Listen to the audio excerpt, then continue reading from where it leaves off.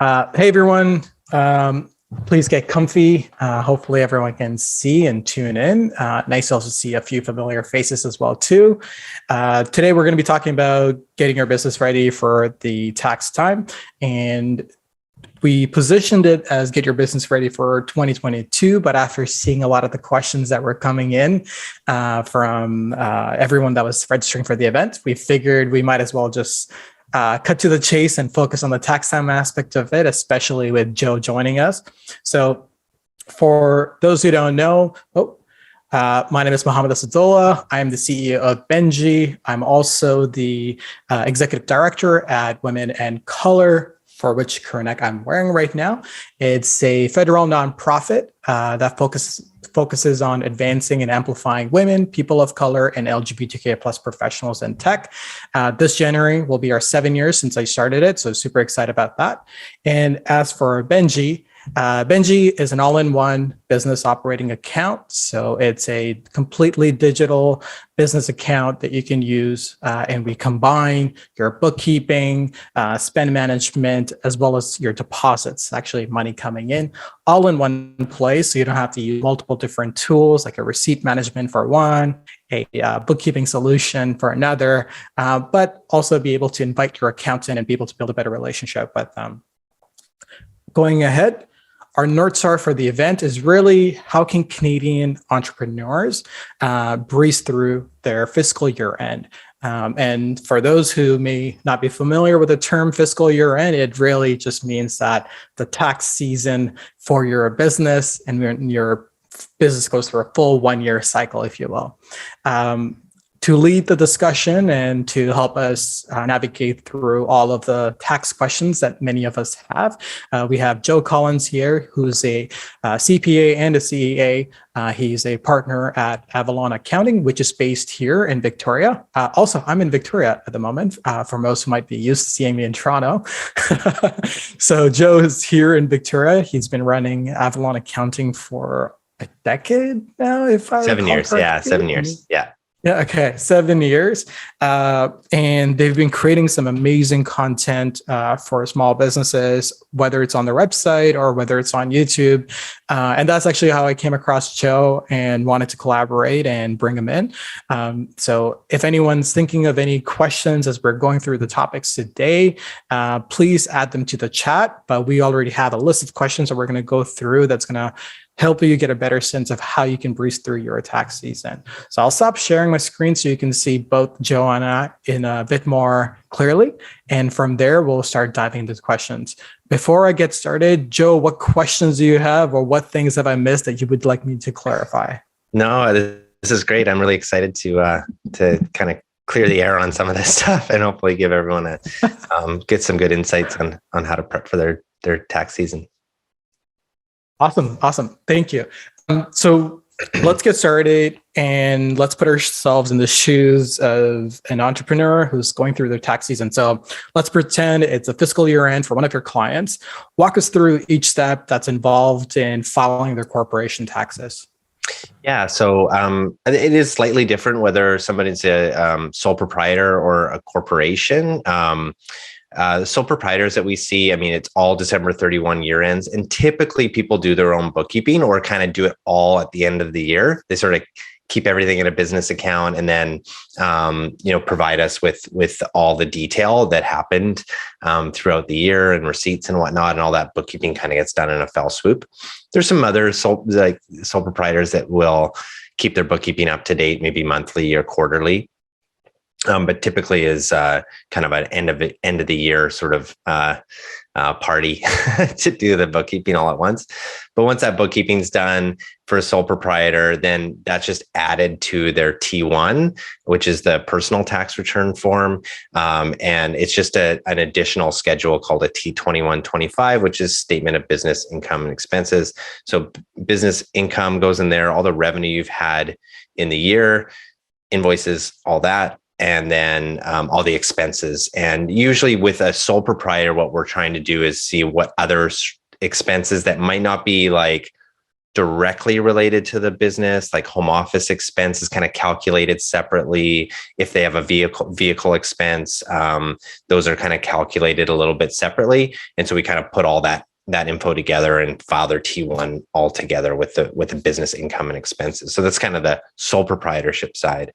On the corporation side, it's a little more involved because there's some other requirements for a corporate tax return, a T2, that we need to adhere to accrual basis accounting, which is, you don't necessarily mark your revenue as you got paid, but maybe if you have outstanding invoices, that's still revenue and income for you. Or on the flip side, if you have expenses that you haven't paid for yet, you can claim some of those. And if you have bonuses that you've paid to yourself, you can claim those as expenses. And so there's some more work to be done, but essentially the same. So once the year end is passed, which can be any month end throughout the year, you can have an April 30 year end if you're a corporation. So once the year end is passed, we make sure the bookkeeping is up to date first. That's kind of the first thing. People say, why can't we just file it in the first month or whatever? But usually like things trickle in that month following the year end, maybe some expenses they weren't expecting, or an invoice that a vendor had sent late or something like that we want to claim as an expense in that fiscal year. So we let all that sort of trickle in. The bookkeeper does their work and reconciles everything. And then what we would typically do as an accountant is get a package from the bookkeeper, which includes like bank reconciliations and any capital asset purchases, disposals throughout the year, all the stuff that we actually have a checklist blog post on our website that kind of goes through what your bookkeeper should be providing to your accountant. And those are the typical things there that are kind of those adjusting things that we need to watch for. And then there's stuff that might not have any transaction related to them yet. Like you could have like I mentioned, a bonus. So you can say, oh, we made a lot of money this year and I have all this, I don't want to pay all this corporate tax. Can I bonus myself or send a bonus to maybe one of the owners or the staff or something like that? And you can claim that in that year, but not pay it out till later. So things like that, having conversations with your accountant is really, really useful. But I think what maybe people expect is that it can be like do and done, but it's a little bit of back and forth during that period. So we kind of get that package. We do our initial work, see what comes out, where things are, have other discussions, maybe make some adjustments. So there's a bit of back and forth. And that's why you typically would see, a few months before your corporate tax return is filed following your year end. Okay, so there was a lot there that you spoke about that I am very excited to cover. And if any of what Joe has mentioned did not make sense, or you would like for him to clarify, please submit all of your questions in the chat and I'll be sure to monitor that. In the meantime, there are maybe 4 or 5 things you've touched on there that I want to make sure I understand. So first part, you mentioned monthly reconciliation. What does that mean for those who are new to essentially running and operating their business? Yeah, for sure. So the way we do accounting, it may be useful to know it's not magic. Like we go through obviously lots of training, but a lot of that is very theoretical and high level stuff about stuff you don't really care about. But at the basic of what accounting is and what we're trying to do is make sure that that the financials have some connection to reality. And the reality that we stick to in the pillar is the bank statement, the cash that's actually in the bank account at the year end, or credit card statements or anything. These are verifiable documents that we can look at and say, hey, at the beginning of the year, you had this much cash in your bank account. And at the end of the year, you had this much cash in your bank account. How do we account for all the changes that happen within your bank accounts? Because we know those 2 numbers.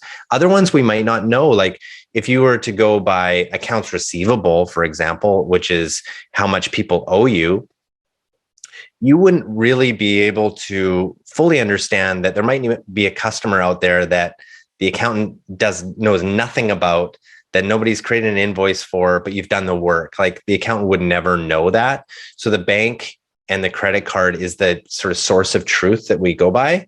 So when we ask for bank reconciliations, we need that one core piece of information, and we can do a lot of work on the other stuff to make sure it approaches reality. But the bank reconciliation is really that pillar that we look at. So important. Got it. But it's the way that I understand it is really just confirming that the transactions that took place in your bank account and credit card are consistent with everything that's being reported to the CRA, if I understand correctly. Yeah, and that's a good way to look at it. Is what's being reported for sure. I think it's also that, if we're using a modern piece of software and we're getting bank feeds in, those bank feeds fail sometimes and maybe miss 3 days of transactions. So we could have that situation where we get to year end and look at the bank balance in your accounting software, and that's actually different than your bank statement, the PDF statement that we get. And if that's different, we need to go find out what's missing, what happened during the year. Are there duplicated transactions? Are there missing transactions? And that's why we reconcile those, make sure those two things are the same, the financial statement stuff and the actual bank agree that they're the same. Got it. So as this is happening, how much of this is the bookkeeper overseeing this versus the accountant? And we have a question here from Kelly, which is that what really is the difference between the two entities in essence? Because there definitely seems to be a bit of an overlap, but when a business is trying to figure out what it is that they need from a perspective of being prepared for a tax season, who should they be looking to for what? Yeah, and that's a really good question, because the lines are definitely blurring these days. That it used to be bookkeeper, very transactional. So they would make sure transactions were recorded, and maybe GST was filed or something like that, or HST was filed, and that would be their prerogative. That's it. Now it's a little bit more, because people want real-time information, maybe accrual basis accounting on a monthly basis, and software has sort of unleashed a lot of that ability to do that kind of work without it being so expensive that small business owners can't afford it. So the lines are blurred, but we still do delineate like that. So a little background, maybe it's helpful, but with Avalon, my idea with Avalon was that business owners don't care. They just want good financial information. And so that's why we sort of rolled up accounting and bookkeeping within the same service package. But even internally, we are delineating in the sense that bookkeeper is very much more transactional throughout the month, and that. And they're not necessarily doing anything accrual basis. So a good example would be, they do all the transactions, make sure all are recorded and banks reconciled. Accountant might come in and review all of that information and make a tax accrual. So you've been this profitable throughout this quarter. Hey, make sure you set aside this amount in tax, because that's going to be owed, and we'll make that sort of journal entry into the accounting. So you have a liability there. We're showing you that, you have $50,000 in your bank account, but $12,000 of that you need to set aside for tax purposes. That's an accrual that we've made throughout the year. So that's, hopefully that's a clear enough example of how that's different. But you can expand on that. It can be any number of things, but basically transactions versus accountants deal in the more nebulous. Right. And just to clarify, you mentioned accrual a few times. There's, of course, the cash basis and accrual basis. Would you mind describing the difference between the two, please? Yeah. So cash basis is the simple way of doing your accounting. A little more done in the States. So you may hear it more in US companies because they can actually designate whether they want to be cash basis or accrual basis. Whereas we in Canada, if you're incorporated, you need to record on an accrual basis. You need to start with accrual basis. So we're kind of thrown into that. So that's just some background there if people kind of get confused by reading US content. But a cash basis is really, you record revenue when your client pays you. You record expenses when you pay out your expense. Whereas accrual basis is I've invoiced my client and that's revenue to me, but they may not pay. They have payment terms for 60 days. We're recording that revenue now, and then we're going to accrue for an account receivable that they owe us. So we're kind of giving a better reflection of reality with accrual basis, and it really is the gold standard. And what I would say with that is that it's not 0 and 1. It's not like you're totally cash basis or totally accrual basis. Right. Accrual, you can go to the nth degree. So a good example is, I paid for this piece of software annually because I got a discount. But I'm using that software over the year. I've paid it now, so I got the discount. But it may be like, maybe if it's a $2,000 piece of software, we want to record that expense each month, and we have a prepaid expense, and then we draw down that prepaid expense as we use it. So that's, maybe an extreme example, but you can see that you can get really specific with this. It's like, I bought a box of 10 pencils and I use 1 pencil per month. Like you can get down to pennies and stuff with accrual. So we're always operating this, like, what is that trigger point where we want to accrue for something, or we want to just forget it? It's not material. We're going to expense it right away. So that's just something to keep in mind, that it's not a 0 and 1. We need to, balance how much work we're actually doing with the quality of information that we're going to get. Right. So with corporations, we're doing accrual accounting. What about sole proprietors in Canada? Yeah, so typically it is cash basis. I think you do see a lot of people do accrual. I don't think there's anything wrong with that. It's just more you need to be consistent with that. And I think when it comes to reporting to CRA and that, you just can't like change the way you're doing it. We've seen both. If you're doing accrual basis accounting, you're reporting on that way, that's totally fine. But personal tax is based on the cash that you actually receive. So you can do that on a cash basis as well. Okay, so sole proprietors have flexibility where corporations have to. Yeah. And it typically is materiality as well. Like if you can sit in front of a CRA auditor and tell them that you've maintained that consistency, it's usually fine. Fair enough. And earlier you all had mentioned, talking about the fiscal year end being any month for corporations, but for sole proprietors and people who haven't registered their business, it's always December 31st. So when does, I guess I'm trying to also formalize the question as I ask it, is when does it make sense for someone to designate their fiscal year end, and can they even do that? Yeah, so you usually do it around when you're incorporating. You can switch it, but it is we did that as a company, and it's a lot of work, and you have to have a good reason to do it. So once you designate it, it's usually pretty much set in stone unless you have a good reason to change it. But typically the discussion that I have with people that are incorporating and wanting to set their year-end date is there's a few factors to consider. One is like cost, because you want to kind of push that first corporate year-end tax filing, as far into the future as you can, because you don't want to incur that expense when you're, expense heavy at the beginning of your business. So that's one factor. If you incorporate on July 1st, maybe a June 30 year end is good. So you get that full 12-month cycle. That might be fine. So that's one factor. The other factor I think is more business related, which is seasonality.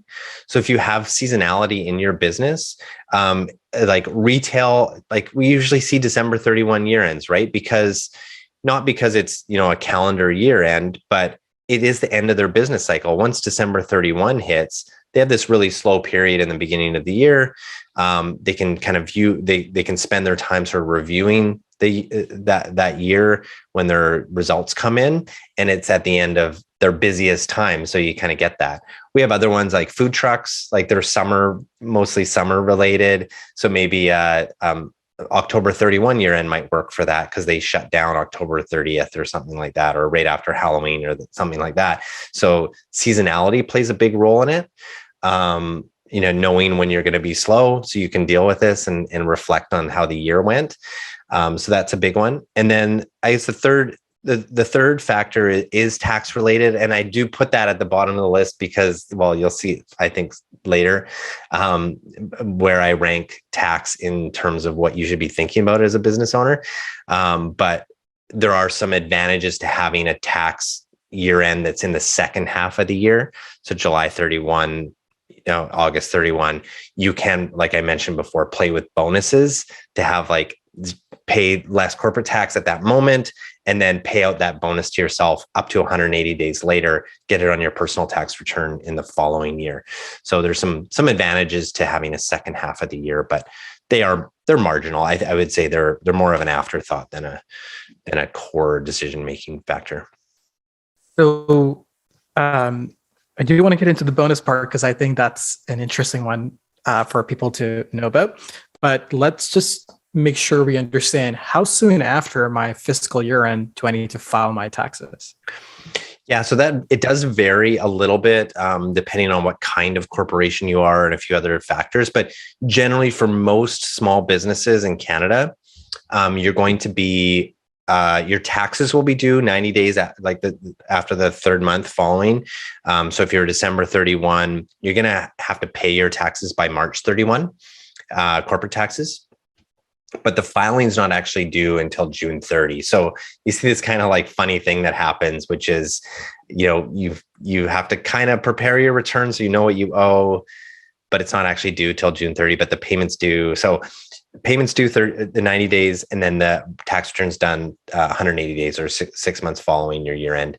That's the thing, right. But you do need to kind of know what you owe. And sometimes we will have to do estimates if we are not ready to file. Right. And for sole proprietors, there's also similar instance that many don't know about, right? Yeah. So again, you have till June 15th. They made it kind of a funny thing. June 15th is when your tax return is due, but you still have to pay your taxes by April 30th. So, I mean, practically how that comes out is that we file all of our tax returns by April 30th. We don't really we don't really tell people that it's June 15th is the due date because they may get the wrong impression and then get interest payments, interest due on that. So, and another interesting thing to know is there's the penalty and interest kind of piece of that. If you pay late, it's just interest. If you file late, you can be incurring penalties. So filing on time is really important. That's why that June 15th is really, June 15th or June 30th is really important. I think people get a little bit hung up about paying late, and interest rates are quite low. You will incur, but often it's in the $8 to $10 range. So we've had some clients maybe get a little bit upset because they didn't pay on time, but it's not that big a deal. If it's a little bit late, that's okay. And Kelsey has a question, which is that how do you find out what your fiscal year end is if you're a corporation? Yeah, it should be in usually what the lawyer will give you. They'll often, unfortunately, sometimes they'll designate December 31 for you unless you specifically tell them to do something different, but it's not set in stone until you actually file your first corporate tax return. So if you're working with an accountant, they should be able to tell you that. And if you haven't designated it yet at incorporation, then on your first filing, you're sort of designating that, and you have up to 372 days in your first year. So if you incorporate on June 28th of 2021, you can have a June 30, 2022 year end. You can actually add a couple days there. Yeah, it's really designated when you file your first corporate tax return. Right. So now that we have figured out when we need to file our taxes and we know the timelines around it, I suppose you were talking about bonuses earlier and talking about having 180 days around it and how you can sometimes take advantage or utilize, I suppose, when your year-end lands. So this way, if you are a business who would prefer to give yourselves dividends or bonuses at the after your fiscal year ends, how can they do that? So I guess, what is this 180 days bonus time to pay out to then maximize your taxes on the personal income side? Yeah. So, it is a more of a timing tool, I would say. So it's I think when we're talking about tax planning or things, usually we're talking about not tax reduction necessarily, it's tax deferral that's mostly our tax planning tools. RSPs are a great example. It's not that you're never going to pay tax on that income, it's that we're deferring that tax, and by doing that we can take advantage of marginal tax rates throughout our lifetime. So that's kind of the we're not trying to evade tax or anything, so that's in line with that. So if you were to not pay any bonus or not declare a bonus, you'd be taxed on the income in the corporation, and that's fine because you will get a dividend tax credit if you were to pay out dividends later. Not to worry there, but there is this sort of advantage of tax deferral in the sense that you can pay or declare the bonus in your corporate tax return. So you say, I have an accrual and an expense for bonuses paid to owners. And that would reduce, maybe you can reduce your net income maybe down to zero and say, I'm paying no corporate tax right now. And, but with personal taxes, you pay on a cash basis. So you don't actually pay tax on that until you pay out. So you're paying no tax at the corporate level, and then you can defer that until the next year by paying that bonus 180 days later. And the 180 days is it's a tax rule. They don't want you making like that reduction and then waiting 2 years to pay out. You keep it going and then going and going. So the 180 days is a strict rule that you have to pay it out. And if you don't, it gets added back to your corporate income, and you can pay penalties and interest on that. Right. So just to kind of walk through an example for those who may be wondering about this, is that let's assume that your fiscal year end, this is specifically for those who have a corporation. Yep. Your fiscal year end is September 30th, and you go ahead and file your taxes and say that, hey, you're going to give yourself a dividend or a bonus, and you have 180 days from there to do that. Then let's say January 1st comes along. Finally, your corporation pays you personally that dividend or that bonus. And now, because you received that income in January of a new year, you have all the way until the following year when you go to file your taxes to pay income on that revenue that you've received. So this way, you're also deferring when you have to pay income on that income that you made. Have I explained that well, Joe? Yeah. The one thing you got to be a little bit concerned about is how you file your payroll. Because if you're using payroll software or anything, they're going to deduct tax at source. So you got to be really careful paying yourself a cash bonus with no deductions, CPP and tax withheld. You can play with that a little bit. I just be a little bit cautious of it. But we see it done. You can do it and just pay, but you just be a little bit careful. That's all. It's not really due until that following year, but it could be construed if it's by the CRA that you didn't withhold the right amount of taxes at source. And just remember, if you pay yourself that full bonus, right, you will owe taxes on that, and you don't want to be caught out doing that. Absolutely.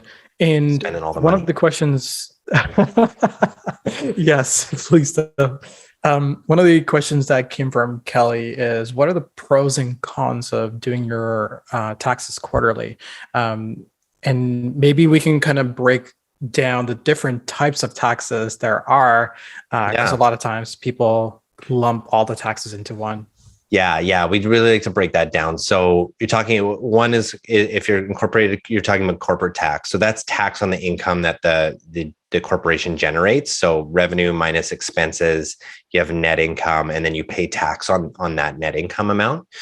Usually somewhere in the rate, if you're a small business, between 11 and 15%. So not huge, not super high tax rates, but there's corporate tax. And then there's GST, HST, which is really, you're collecting tax on behalf of the government. They really take that seriously. So there's the GST, HST bit, and then PST. I won't cover. I don't think many people care about that too much. But then you have payroll taxes as well. Another area where CRA is really strict on. So I'll take those three. So corporate tax. Usually in your first year, you don't have to pay quarterly or pay installments or anything like that. You kind of go throughout your first year, you see what you owe at the end of the year. And if you owe more than $3,000, you'll be required to pay tax installments, either on a monthly or quarterly basis, which is really, the government wants their money throughout the year. They don't want you to hang on to it. And likewise with personal taxes, if you're, a sole proprietor and you owe more than $3,000 in a year, delaying that until the following year is not going to fly anymore. They want their tax installments. And that's based on, they just think you're going to make consistent income throughout, year over year over year. You'll owe any excess at the end, but they want at least what you owed last year throughout the year. So that's just something to consider, is that there's installments and then there's the tax you actually owe.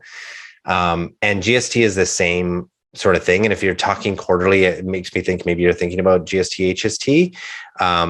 So filing quarterly, we typically like people to file quarterly, because after your first year, you kind of owe installments quarterly anyways. It's nice to actually pay what you actually owe than some made up amount that you owed from last year, because it can create a lot of confusion. So I think, annual GST, HST filings, fine when you're a sole proprietor. As a corporation, I would say quarterly is the best way to go, so that you're just keeping up to date with what you owe and you're not hanging on to a bunch of the government's money.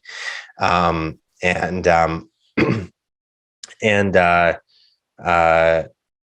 then you won't be kind of confused with, oh, I paid all this installments, and then why do I still owe some HST at the end of the year? And it can cause a little bit of confusion and kind of blindside you if you've had a really big revenue year.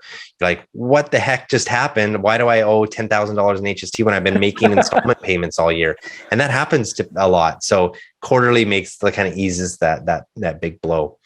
On the payroll side, if you're running payroll for your employees, you're typically going to, withhold taxes from your employees. And again, that's not your money. It's not like income tax where it's your money and you're having to give up part of it to the government. This is your employees' money that they have to pay in taxes. So the government takes this really seriously if you hang on to it for too long.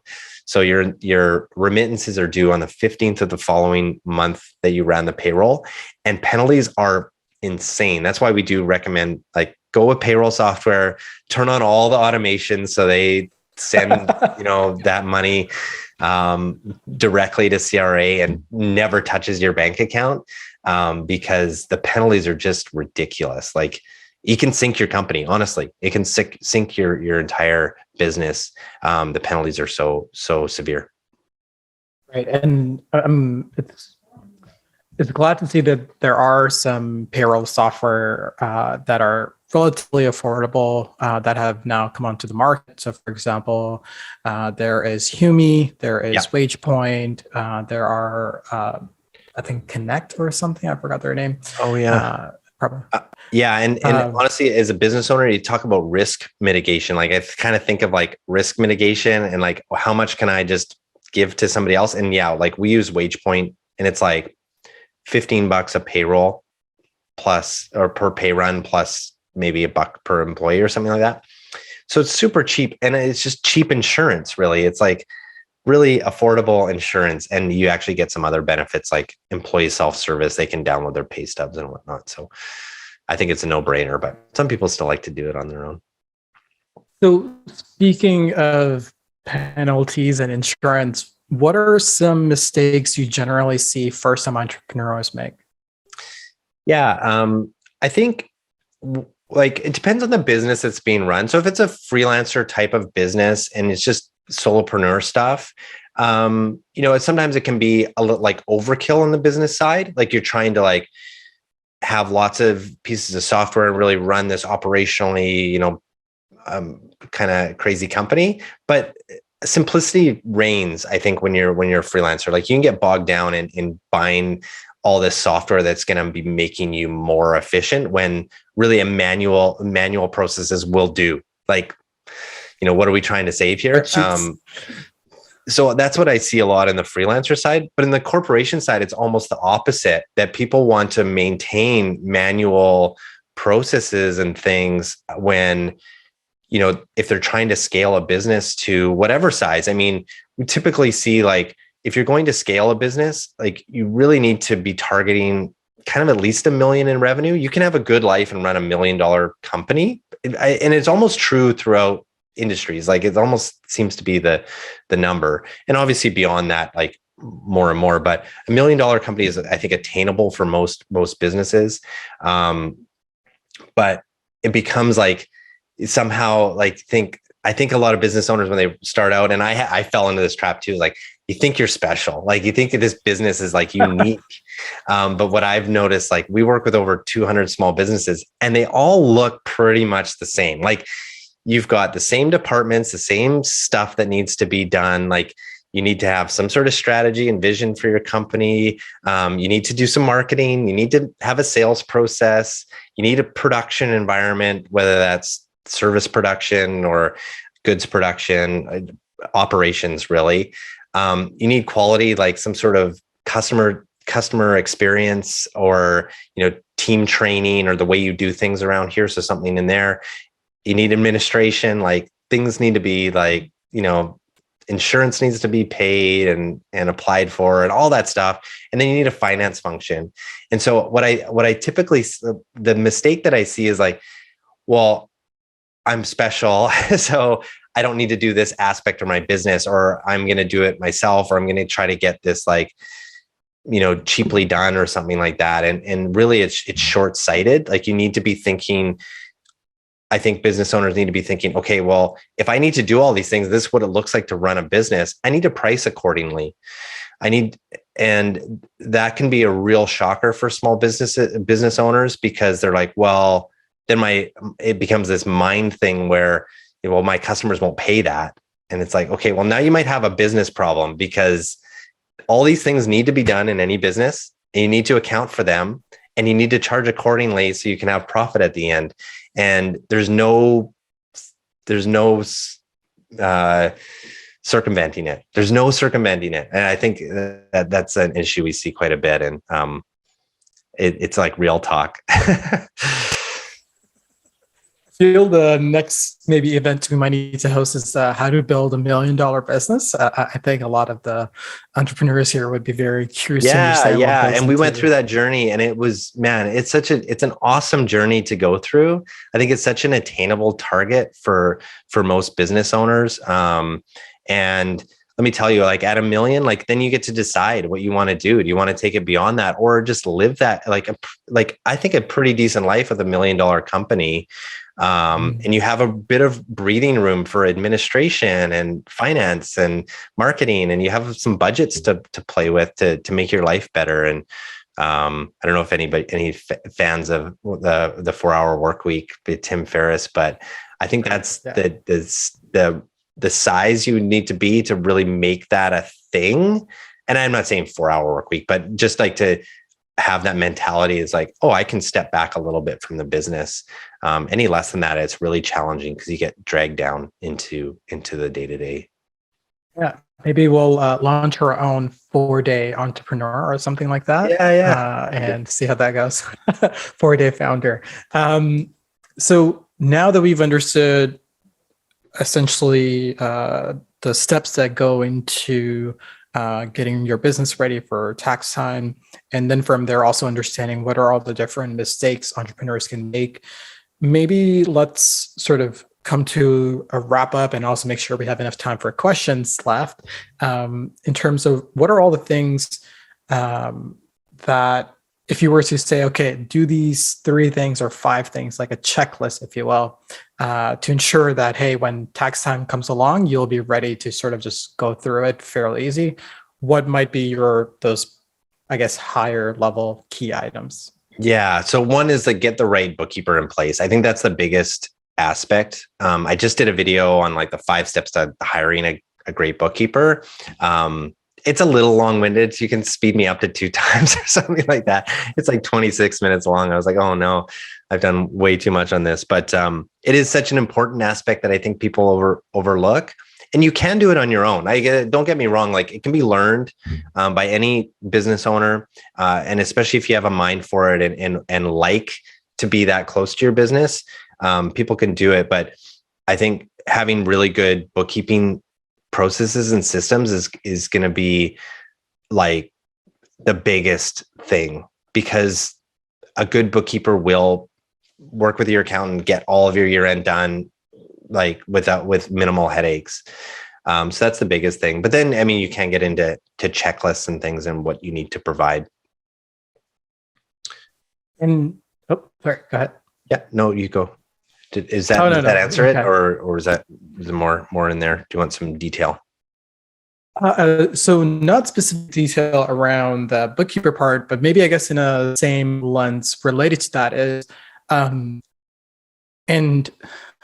I think this was a shock for me, so that's why I have it as a question, which is that on average, how much should entrepreneurs expect to pay an accountant to file their taxes, especially in their first year?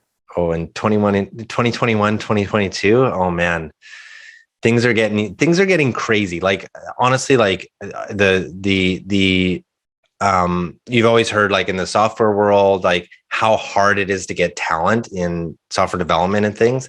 It's happening in the accounting world right now. It's really hard to find good talent, and the prices are going up rapidly. We had a recent somebody who reached out and they were a little specialized, something we didn't do, and referred them to another accounting firm, which I shall not name. But they came back to me. They were like, "Why did you send me there? Their minimum is $5,000 for a notice to reader and corporate tax return." And I was like, I mean, I'm sorry, but that's news to me. That seemed quite high as a minimum. We've gone, like, to do a good job, especially in the first year, we've decided, like, we'll do retainer and hourly based for specific circumstances, but our minimum retainer would be $3,000 a year. And that just gives us enough budget and our time with our team to be able to provide good service and respond to people. And that, I think, what people do look for that lowest cost option, and they're out there. So you can go to Paget, you can go to H&R Block, you can get a corporate tax return done. No questions asked. Like, if you have your good bookkeeping, hand it over, they will file it for you. You can even buy your own software for $250. I think TurboTax does it. We're going to do a course on that, actually, because we do get some smaller corporations that just don't have the budget to pay an accountant to do it. But typically I would have said $1,500 to $1,800. Now, I don't know what kind of service you'll get for that, to be honest, especially in this sort of environment that we're in. And just knowing that, if you are going that route, just know that, it's going to include, maybe a couple questions, but you're not going to get a lot of back and forth. You may have delays in the way that people are responding. But I would budget at least $3,000 for something like this if you want a high level of service. $800 to $1,200 if you just want tax return done, but you have to have good bookkeeping to be able to do that properly. Right, and that's more so on the corporation side. Where That's on the personal side, personal taxes, it's a weird game in personal taxes because it's really hard to do. Personal taxes in a lot of ways can be much more complex than corporate taxes in odd ways, because personal lives have weird things that go on. People have divorce settlements and rental properties and investment sales and crypto now and all kinds of stuff that's going on. So the range in there is like much higher than in a corporation, which we spend all of our time kind of making sure we have good systems for it, can provide a solid window of budget. Yep. So to give you a number, like if you're just a business owner, a sole proprietor with not much else going on in your personal tax life, maybe RSPs or something, expect to pay kind of between $500 and $1,000 for a personal tax return. Okay, got it. For anyone else, tax, or use Wealthsimple tax. Yeah, Wealthsimple tax. Yeah, which was Simple Tax before. I did a course on it. I was like, this is amazing. It's just so easy to do. And I'm like, if you want us to do it, we can. We'll charge you for it. But really, like, they made it so easy. Like, the software does everything that we would ask of you. So some people still feel more confident having an accountant file it, but there's no magic to it. We don't have any like hidden things up our sleeve, right? For sure. I was going to say the thing that I've been doing for the past 2 years now is using Benji Tax and Wealthsimple Tax. So I use the Benji Tax to find my tax write-offs for all my going through all my personal transactions. Mm-hmm. And then once I have the T2125, kind of like, okay, I filled this stuff, then I go over to Wealthsimple Tax and then do my taxes through there and just input all the information. So that's been a really nice way for me. And I agree with you, the T2125 that they also help you kind of fill out makes it very easy and all. So it's great for sole proprietors. I have the anti-sales pitch on our personal tax side. I'm like, really? Do you want us to do it? Like, I have a course. It's like $100 or something, and it walks you through everything you need to know, and you'll save yourself, DIY. All right, folks. So we're coming to an end here. I'm just going to go through some of the questions that are in the chat. But if you have any questions that we haven't addressed or something you would like for us to clarify, please just add it.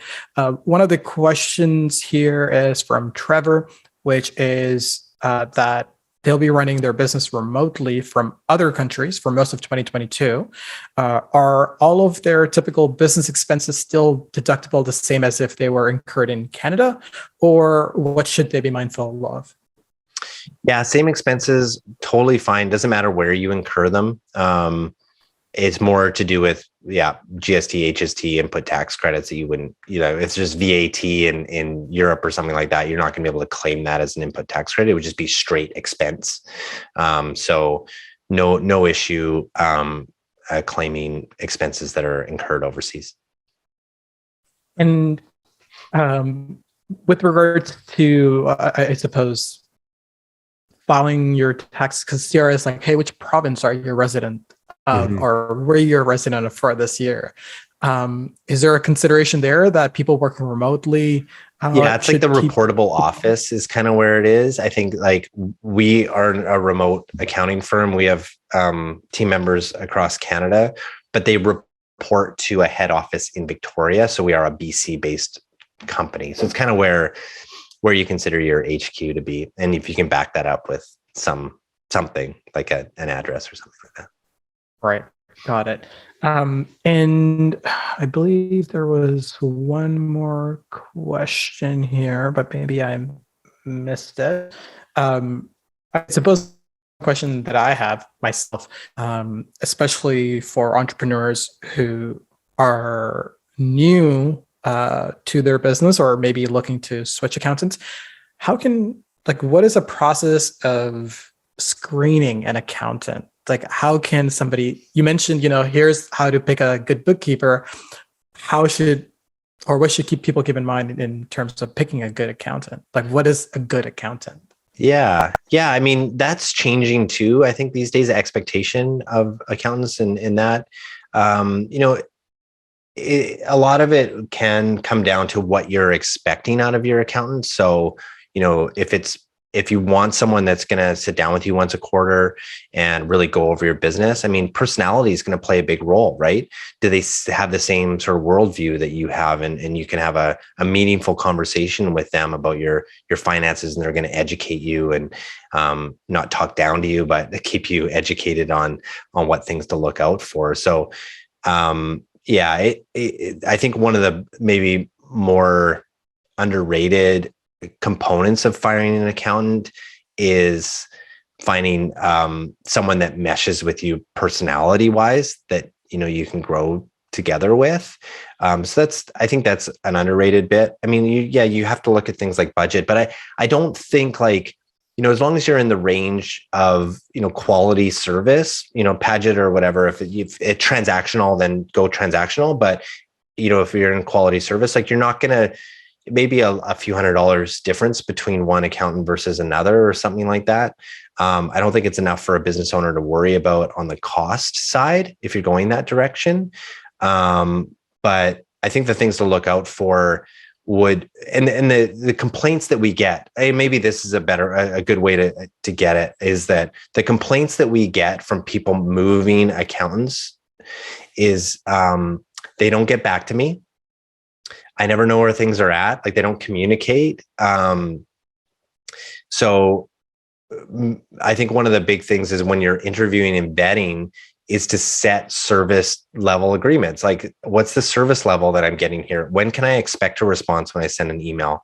What happens if, I have a project that I need to do? Maybe you're getting, someone's thinking about buying your company or something like that. Like, what happens in that scenario?